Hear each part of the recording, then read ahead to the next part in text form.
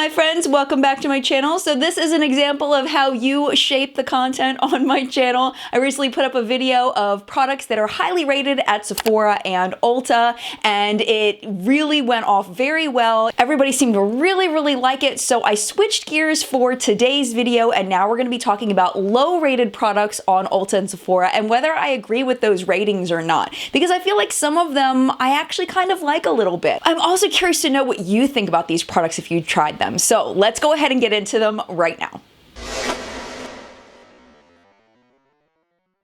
Before I get started, just very quickly what I'm wearing today. On my eyes, I'm wearing the Natasha Denona Lila palette. On my lips, I have the Ronnie Cosmetics lipstick, Spark Dazzling lipstick in the shade Latte. And then my necklace is Kendra Scott. I got this from Kendra Scott at Generation Beauty. Another thing I wanted to mention very quickly is I remembered in the last video that I used to do this and I want to start doing it again, which is featuring comments on the channel at the end of the video. So I started it in the last video where you can see during the end credits some comments that people have left on recent videos that were highly rated by the community. So I'm going to continue to do that because I think it's a super cool way to get you involved and kind of put your thoughts permanently in a video. So I'm really excited about this, so make sure you're stay tuned to the end to see if your comment gets featured. I do want to let you know that some of these things I have decluttered, some of them I have given away to friends and subscribers. So I don't have everything, but I definitely have a fresh memory of what these things are like. So let's start with one that I do have. This is the Torteist Pro Glow Liquid Highlighter. I only have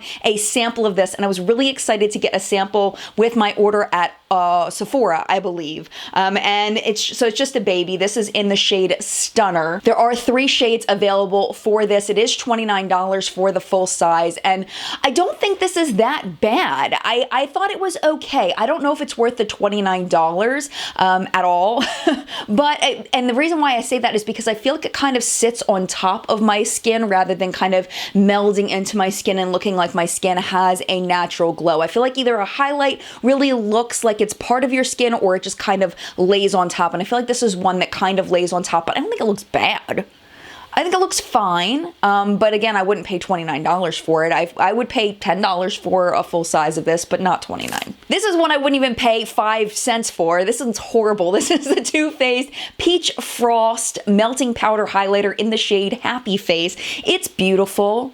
It's really pretty. I think I would pay 5 cents, you know, to put this on display or something, but as far as a highlighter, it's awful. It basically just disappears into the skin. It doesn't do anything for me at all. I mean, it just basically disappears. It does smell like peaches. I do enjoy that about it. And again, the packaging is gorgeous. I love the little mirror inside, but this is a big want for me. Did not enjoy this. And I do enjoy a cream highlighter occasionally, but this one's terrible. Next is one that I don't have anymore. I did declutter this. This is the Stay Flawless 15-hour primer, and the reason why I didn't like this is because I feel like maybe you have better advice for me on this, but for me a stick primer doesn't make any sense, because unless I'm going to paste it all over my face, like unless it's going to do like a really light application, it ends up being too much. And that's what happened with this, is I felt like I was just painting my face all over, and because I like primer all over my face, I don't need it just like on my T-zone. I know some people will just put it on their forehead, on their T-zone, and this would be good for that, but for my purposes, I prefer something that I can rub between my fingers and put all over my face. That's just my preferred method, so this was a big bust for me. I don't remember it extending the wear of my makeup or making my makeup look any better, but I can't 100% attest that because I honestly, like, my memory feels like I'm not 100% on that. But if you have tried this, I'd love to know your thoughts on it. I decluttered it. It was not a good product for me, and it was mostly due to the format of it, and it's just not my preferred format for a face primer. This is one that I actually gave away to a member of the collective brain. Her name is Veronica. She's amazing. This is the Do the Hoola Soft Matte Liquid Bronzer. I'm pretty sure I gave it to Veronica. I'm like 99% sure I gave it to her. This is one that it was very orange on me. I didn't like the way that it looked. It just looked like Oompa Loompa-ish. It looked terrible on me, and she has a deeper skin tone, so I thought that maybe she'd be able to pull it off since she's warmer undertones than I am, but she didn't like it either. It was just the wrong color. I don't understand how it can get to production being that orange. I'm sure that it would work for some people that have really warm undertones, but if you're trying to get something that's good for the masses, I feel like a neutral undertone is probably a better way to go if you're only going to come out with one shade. It's another thing if you're going to come out with, you know, a cool, a neutral, and a warm cool, but if that's the only one you're going to come out with, just no. I mean, I feel like Benefit really lacks on their bronzer shade selection. I feel like they can do much better, and I wish that they would, because I feel like they're constantly putting out the same products over and over and over again in these stupid little kits that are very, very cute, but it's like, how many minis do I need of their real mascara? Instead, put your energy into extending your shade range. They do have some good products, like I love their brow products. Their brow line that came out was like on point and awesome, but they need to do more of that and less of this repetitive expletive deleted. This is one I couldn't find. I looked everywhere. I tore apart my room. I couldn't find it. It's tiny. It is the Too Faced White Chocolate Chip palette. And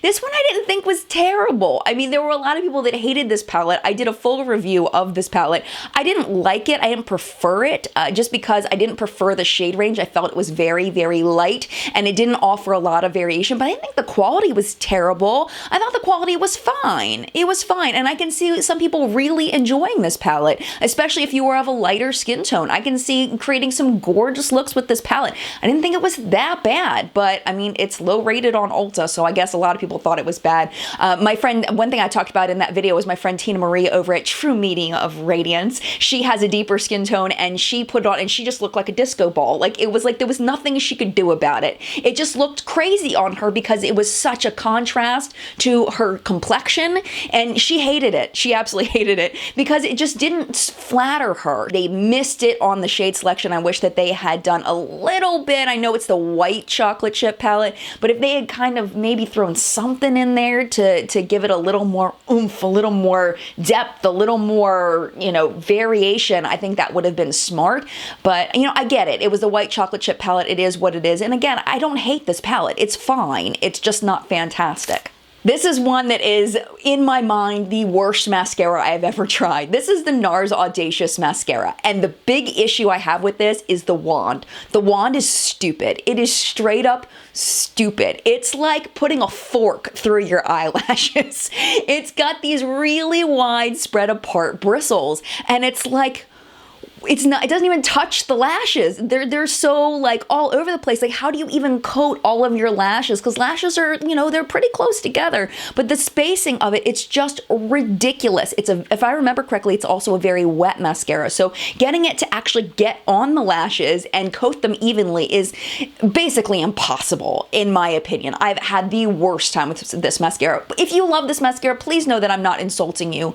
Please know that I'm not saying there's anything wrong with you. I love you and I think you're fabulous, but I hated this mascara and I'm just putting my heart out there, and if you disagree with me, it's totally okay with me. Leave a comment down below and let me know why you love this mascara, because I absolutely hated it, and I will never forget this mascara just because of how expensive it was and how atrocious it was. This is one I actually have. Yay. Okay, I bought this recently. This is the Revlon Youth FX Concealer. It's the Fill and Blur Concealer, and this is in the shade Light. If you're gonna say something's gonna fill and blur, you might want to make it a little thicker. Because in order to fill, it has to have some kind of substance, and this is a really, really watery concealer. Let me see if I can get it to come out. It's a click thing, and then you put it on. I don't know if you can see that, but it's really, really, really watery. Like, it's not watery, but it's just very thin, especially when you blend it out. It almost is like a cream to powder almost, which I don't like under my under eyes, because then what happens is it ends up creasing and it shows a texture, and I really don't like that. I like the concept of it with the click pen and the little sponge. I've seen that before in other packaging, but this formula is just not good, especially for what it's marketed as. And I think that's what irritates me most about this product, is that it's supposed to be fill and blur, and it definitely does not do that. If anything, it accentuates my fine lines under my eyes, and any texture that I have, it is just, it's not good. It's not good. Speaking of texture, just go off topic for a quick second. Last video, I did put a filter over the video, and I ended up feeling really bad about it. I tweeted out like, okay, you guys have got to tell me if I need to stop using these filters, because I got so many compliments on my skin, what foundation are you using? And I'm sitting there thinking like, oh, crap. Because I'm like, oh my gosh, because it's not real. It wasn't my real skin. So I have decided that I'm not going to use the filters anymore because I don't want people to think that that's real. Like, I was only using them in videos like that where I wasn't reviewing anything on my face. Like, I would never do it in a review video where I want you to see, you know, the way the eyeshadow looks or the way, especially the way a foundation looks or skincare. Oh my gosh. I was just using it in videos like that and What's Up in Makeup. I don't think I'm going to use them anymore, even though I personally like the way that they look. I don't want you to be misled and thinking my skin really looks like that when it doesn't. So even though I like it, I'm not going to do it anymore. So just want to let you know, give you an update on that. All right, back to the products. This one's really, really bad. This was sent to me by Ofra a long time ago, and this is bad. It's really bad. This is the Ofra Pressed Powder Oil Control. And the reason why this is bad is because it basically looks like baby powder on the face. I can't even imagine if someone was deeper than me how this would look. I don't know if you can see. Hold on a minute. Let me see if I can put it. I don't know if you're going to be able to see, but when you put it on the skin, it actually gives a white cast. And it's terrible. Now, I don't have oil on my face where I can test the oil controlness, but it doesn't look good on my skin. It is just white. It ends up giving like this white, creepy, ghosty look, and it's not good. It's not good at all. I did get it from Ofra a long time ago, so maybe they've changed up the formula a bit since they gave it to me, but yeah, this is definitely a no for me. I just realized how many products there are here from Revlon. I didn't do that on purpose. I just sorted it by the top rated and then I went to the last page, but there's a lot of Revlon stuff in here. This one is the Ultimate All-in-One Waterproof Mascara. I don't have this one anymore. This one just didn't do anything for me. It wasn't particularly bad in any way other than it just didn't mascara my lashes. It didn't make them more length. It didn't give them more volume, nothing. So it was just, it just didn't do anything. So that's a big no. This one here, this is the Revlon ColorStay Liquid Eye Pen Triple Edge. I actually bought a bunch of these Revlon eyeliners and the thinner ones really aren't bad. My deal with this one in particular is that it's very, very thick and I find it very difficult to get a thin line because that's not really what it's meant for. It's meant for a thick line and that's just not my personal preference. I don't enjoy my eyeliner to look super thick. I don't think it looks good on me. So this one is just more of a personal preference thing. Also, there's no way to do a wing with this, at least at my skill level, because it is such a thick tip. It's just not functional. It also smeared this formula. All of the pens that I bought from this line were also very smeary. Like if I accidentally, had an itch when I wasn't thinking about it and I wiped the side of my eye, eyeliner is just everywhere. It's awful. So yeah, that one's going to be a big no as well. This one I sort of have. I have a full size, but this one was the one that's low rated is the travel size. I don't have the travel size, but I can tell you about the full size. And this is another one that I've talked about on the channel before. This is the Urban Decay Troublemaker Mascara. It's brand new. When I first got it, and if you've heard me talk about this before, I apologize for the repeat, but some people may not have heard this. It smells awful, at least when I first got it. Now it's kind of aired out a little bit. It doesn't smell nearly as bad, but just like the Revlon one, I would use these interchangeably with the Revlon one because this one does just about as much as that terrible Revlon one. It doesn't do anything for me. It doesn't give me length. It doesn't give me volume. Well, maybe it gives me, that's not true. It does give me a little bit of length, but no volume.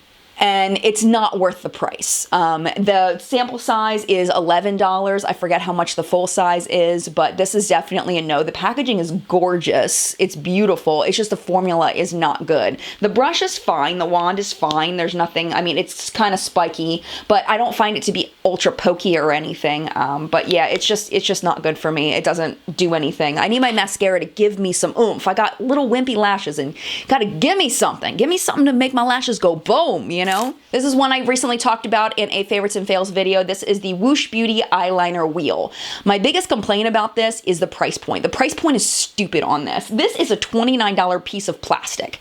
That's ridiculous. I could see them charging $10 for this. I would still think that was overpriced for a piece of plastic, but at least it seems reasonable. What you're supposed to do with this is you're supposed to roll it into a gel liner and you're supposed to apply it like right there on your lash line. And then there's a brush on the other side. The brush on the other side is actually quite nice. I do enjoy the brush, but the roller wheel, I can't get a wing out of it. I feel like it is too difficult for me to use. It's beyond my skill level to do a wing because there is no taper there. It's just all one thickness. So I can get it really nice on my lash line, but I can't get a wing out of it. I don't think they advertise that you can do a wing with this, so that's fine. But anyway, I feel like this product is more trouble than it's worth.